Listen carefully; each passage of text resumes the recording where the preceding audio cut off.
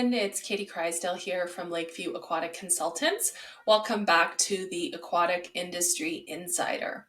So today I have an interesting intersection of my own personal interests. We're going to talk about water safety, drowning prevention, and the Bayesian Yacht disaster. So if you are watching this video in the future, in August 2024, the Bayesian, which was a super yacht owned by a private high net worth individual, Mike Lynch, sank off the coast of Sicily in the middle of August 2024. This has been a super viral news story for a couple of reasons. The first, because of the dispute regarding the likelihood of a sinking. There was some debate about whether this was some sort of Russian conspiracy. What are the odds that a ship randomly sinks in 12 or 15 minutes based on unique weather circumstances? I mean, there's so many things we could say about this disaster. People were fascinated early on because of the subject of the boat's ownership, Mike Lynch. He was a private high net worth individual who had recently been acquitted of some financial crimes. And so he was celebrating his acquittal on the ship with a number of his co-defendants, his family members, his wife. And then, as best as we can tell by the information that's available as of early September 2024, there was basically an overwater tornado, a funnel that came down, and other contributing factors could have been the size of the aluminum mast on this yacht that caused it to tip over, and then water flooded through the vessel and it sank very rapidly, with a number of people dying and some of the crew and some of the passengers surviving. This story has been litigated to death. I'm not going to go into all of the different conspiracy theories. There were people who said that this was some sort of Russian plot. There were people who said that the company that initially sued Mike Lynch was part of the reason that this ship sank, the reason that he died. I mean, there's endless conspiracy theories you can see on the internet, whether the tornado actually occurred, whether the watertight doors were left open, portholes were left open, the tender door was left open. I mean, there's so many different opinions, and I'm not going to get into them in this Aquatic Industry Insider. That's not the purpose of this video. We are a swimming pool channel. I'm here to talk about water safety and drowning prevention. If you are interested in learning more about a deep analysis by independent professionals who talk about yachting and sailing as their primary purpose, I would encourage you to check out E. Sisman's The Yacht Report. I have been following his channel diligently for the last few weeks, and it's very fair, it's very factual, it's not biased to any particular builder or operator. The individual who does the commentary has worked on yachts and super yachts and cruise ships and sailed at sea for many, many years. And so if you are fascinated by this Bayesian case, as I have been in my personal life, me and a friend have been sending messages back and forth daily for weeks about all of the different developments in this saga, I would encourage you to start with the yacht report, and then some of what I'm going to say in this video will have a little bit more context. For the rest of you who don't care about the individual considerations, like whether the rudder was up, whether the rudder was down, whether the mast was too big, why the mast was made of aluminum and not of fiberglass, why the crew escaped but the passengers didn't, that's not the focus of this video.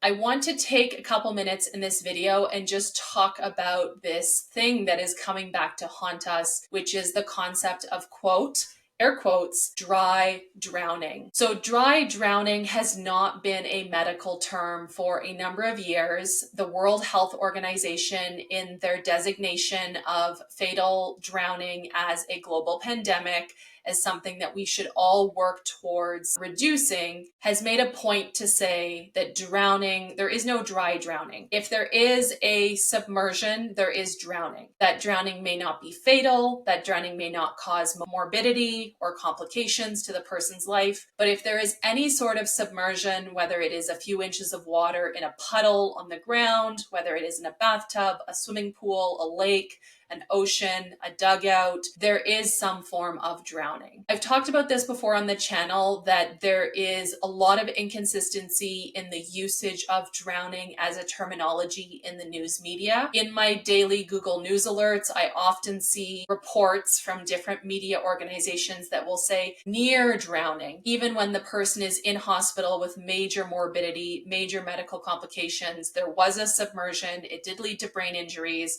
There is no near drowning. They were drowning, but the drowning process was arrested or stopped such that it prevented it from being a fatal drowning on site at the pool, but it may have resulted in complications that leads to that person being taken off life support and dying in hospital. They still drowned. They still died from the consequence of drowning, but how that death is characterized or how those statistics are recorded could be a whole other video, because we are not doing enough to record these drownings that are not fatal. And estimates, at least for Canada, is that for every one fatal drowning that occurs, anywhere from 4 or 5 times that in terms of incidents where somebody is retrieved from drowning or the drowning process is stopped before it results in a fatality on site. So that's a little bit of my frustration when it comes to the terminology. I know it's really hard to change language, that it takes many years for language to evolve,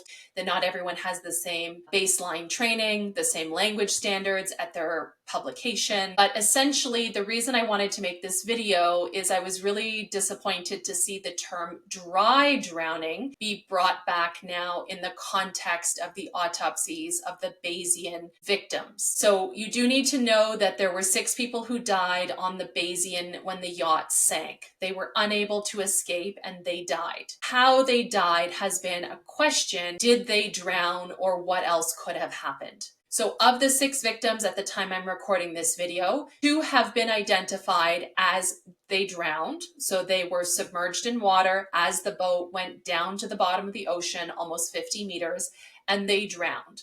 So their lungs were filled with water. They experienced fatal drowning. One of the other challenges is that there is now a couple other victims whose autopsies are being completed. Right now, all of us are just responding to the initial reports because the autopsies of those other victims have not yet been released. But what I'm seeing come across my Google News alerts the last few days is this description of them, quote, dry drowning, instead of describing it more accurately as suffocation. So that's been part of my frustration. Dry drowning is not accurate if you were in a room in a yacht that sank to the bottom of the ocean and there was, I apologize, this is perhaps very graphic, there is an air pocket in the room of the vessel that is sinking, and you are able to stay alive until that oxygen in that air pocket is depleted and there is now carbon dioxide and you cannot get in enough oxygen and you die through suffocation. I am not a medical professional. I'm sure we could split hairs on this.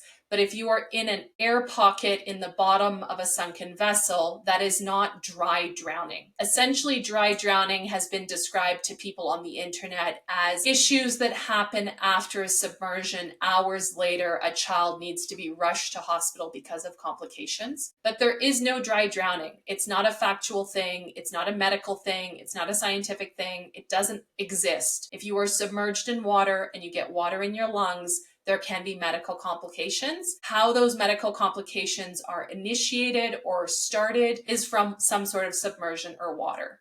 So, benefit of the doubt, some of these journalists do not know how to report on these autopsies of these victims from the sunken vessel. And suffocation is a very long word that may not make the headline that somebody is looking to create. But I just found it so frustrating that the vast majority of the reports in my Google News alert for the last few days are describing something called dry drowning. Suffocation may not be the best term either. It may be more complex, but essentially saying that people went down with the ship or went down with the vessel, they succumbed to their injuries. I mean, I understand that that is not necessarily more precise, but I really just wanted to hop on here and say how frustrating it is to see dry drowning, which is factually not accurate, not helpful in a situation like this, is being used to describe the the death of some of these poor victims from the Bayesian Yacht sinking. So if you are new to this topic and you're wondering, what is this rant? Why does dry drowning matter? I would encourage you to check out some of the resources that I will put in the description box below to educate yourself about the definitions of drowning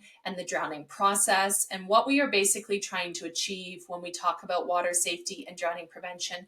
We also want to think about how we can be precise with our language, more factual, and dry drowning does not reflect the reality of these poor people going down with their ship and then succumbing to lack of oxygen in the air pocket. A lot of this is also hearsay. We don't have the detailed autopsy results as of yet. As with a lot of these cases, we are responding to what has been reported in the news media, but I don't speak Italian. I haven't seen an autopsy report, but I really wanted to hop on here and comment on this because it's perpetuating part of a language problem that we as aquatic professionals have been working hard over the last decade since the World Health Organization drowning report came out to really encourage more factual information. Thanks so much for listening. Let me know in the comments below. Do you agree with anything I've said? Do you disagree? Have you been following this story? Have you noticed an increase or decrease in the use of terminology such as, quote, dry drowning in your area? Did this flag your interest? Did you notice this in the news reports? Let me know and I'll catch you in the next video.